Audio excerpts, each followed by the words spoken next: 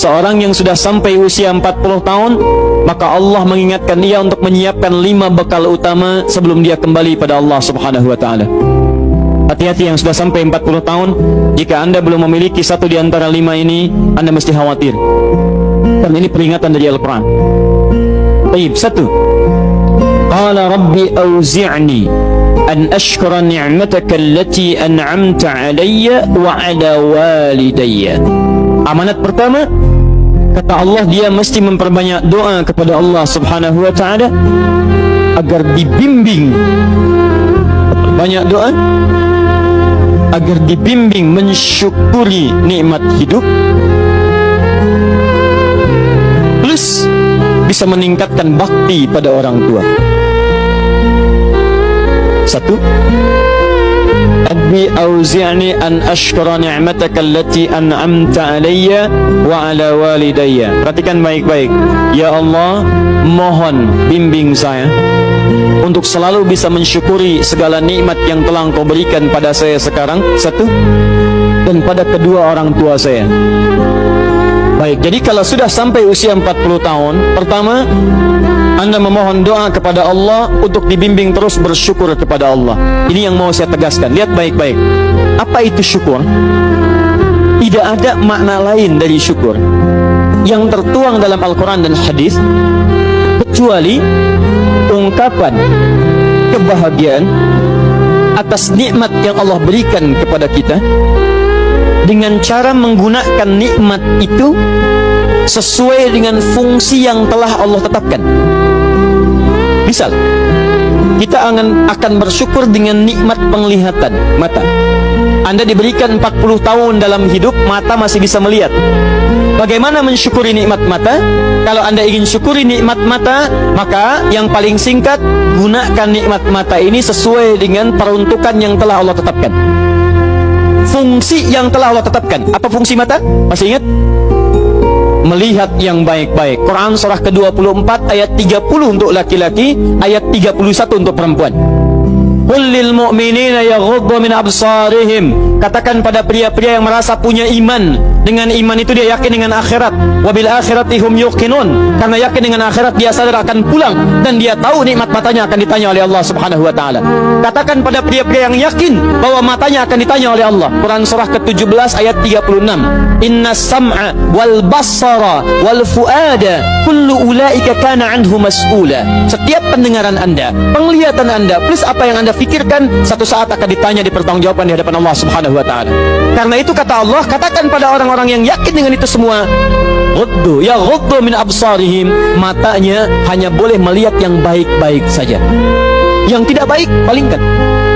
Ibu juga sama, ayat 31-nya. Wa kullil mu'minati yaghdudna min absarihinna.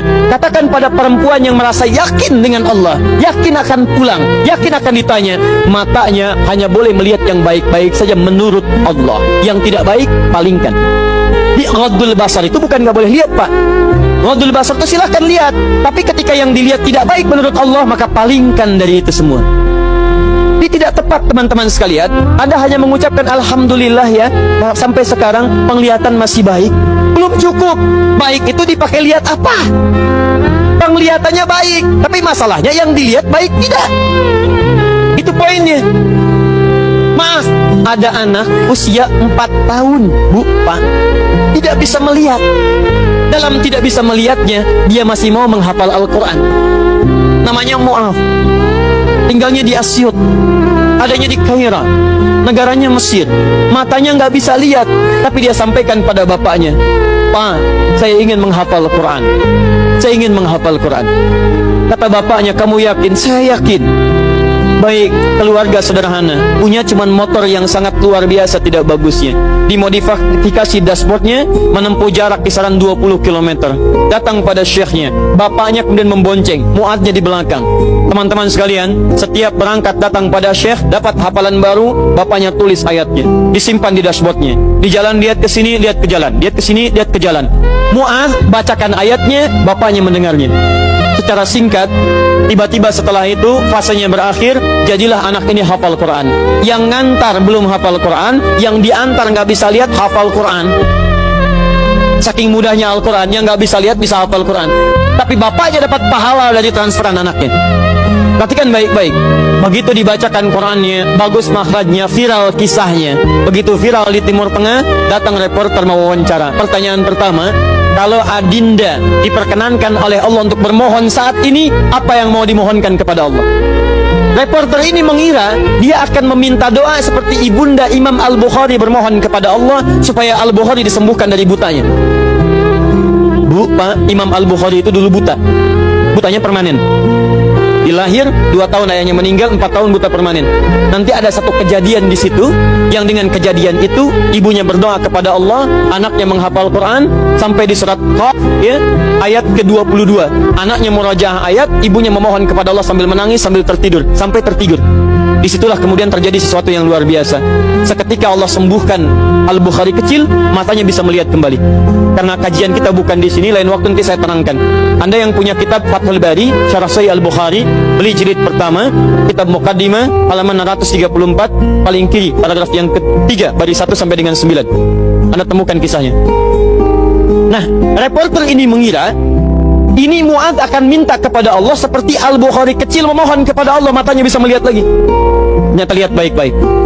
Kalau saya diperkenankan bermohon kepada Allah dan permohonan saya dikabulkan, maka pertama saya akan mohon kepada Allah untuk tetap membutakan mata saya sampai dengan kiamat. Ya Rabb, mohon butakan mata saya sampai kiamat, karena dengan buta mata ini saya bisa menghafal Quran. Saya takut ya Allah, kalau saya melihat lagi, mata saya melihat maksiat dan hilang Quran dari hafalan saya. Anda bisa bayangkan, anak kecil 4 tahun, mata nggak bisa lihat, digunakan menghafal Quran. Dan dia takut kalau melihat matanya dipakai maksiat. Antum dikasih 40 tahun, 40 tahun, lebih daripada 4 tahun, lebih dari 14 tahun, Anda sampai 40 tahun, dipakai mata, dipakai apa mata Anda sampai dengan hari ini? Berapa maksiat yang telah Anda kumpulkan dari mata Anda itu? Mungkin wajar, jangankan hafal, baca masih sulit, lihat mushaf masih enggan, membaca masih susah. Kalau Anda sulit berhadapan dengan Al-Quran dalam pandangan Anda, tanyakan pada diri Anda, dipakai maksiat apa mata ini selama ini?